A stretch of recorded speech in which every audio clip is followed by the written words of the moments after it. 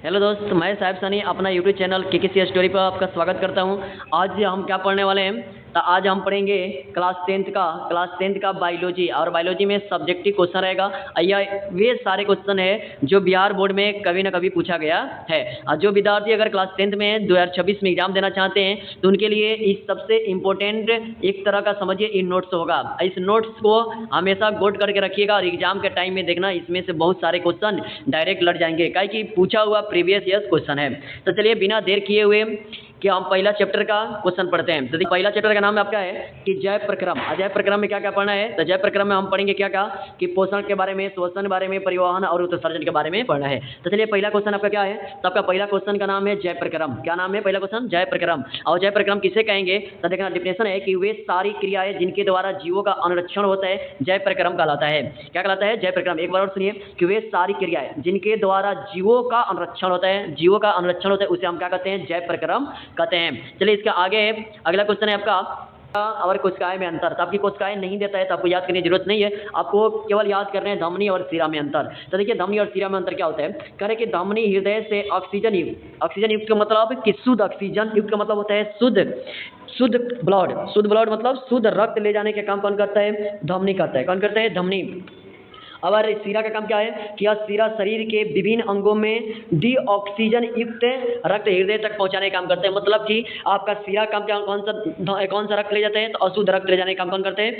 शिराएं करता है। तो आपसे ये भी क्वेश्चन पूछा है ऑब्जेक्टिव में, शुद्ध रक्त का परिवहन कौन करेगा? तो धमनी करेगा। और अशुद्ध रक्त का कौन करता है? तो शिरा करता है। दूसरा का तुम्हारा अंतर है कि धमनी की दीवारें मोटी होती है, तो शिरा की दीवारें क्या होती है? पतली होती है।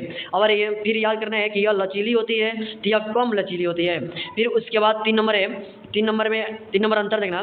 तो 3 नंबर बता रहे हैं कि धमनी में रक्त प्रवाह हृदय से दूर की ओर होता है और शिरा में जो रक्त प्रवाह होता है हृदय की ओर होता है। चलिए इसके आगे चलते हैं क्वेश्चन नंबर 3 पे।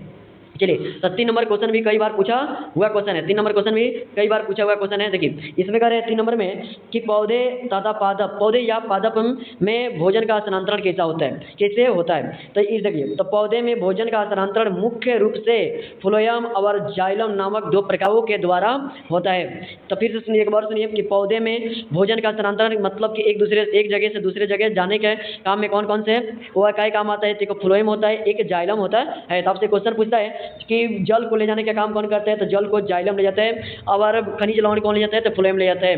तो यहाँ से तुमको याद रखने की ट्रिक क्या रहेगा याद करने का, जौ से जल। तो जल को कौन ले जाएगा? जौ से जाइलम, जौ से जल, और बच गया जो फ्लोएम लेकर जाने का काम करता है। फिर आगे आपका क्वेश्चन है कि पौधे में गैसों का आदान प्रदान कैसे होता है? तो पौधों में गैस का आदान प्रदान कैसे कीजिएगा? तो कह रहे कि आंसर है कि पौधों में गैसों का आदान प्रदान मुख्य रूप से पत्तियों के माध्यम से होता है। गैसों का आदान प्रदान किसे होता है? मुख्य रूप से पत्तियों से होता है। जैसे मान लीजिए पत्ती है तो इस पत्ती में छोटे छिद्र होते हैं। इसी छिद्र के माध्यम से पौधे की पत्तियां अपना ऑक्सीजन का आदान प्रदान करती है। नेक्स्ट क्वेश्चन के जमने में पटिकाओं की क्या भूमिका है? तो रक्त के जमने में पटिकाओं यानी पटिकाओं का मतलब क्या होता है? प्लेटलेट्स की महत्वपूर्ण भूमिका होती है। पटिकाएं रक्त को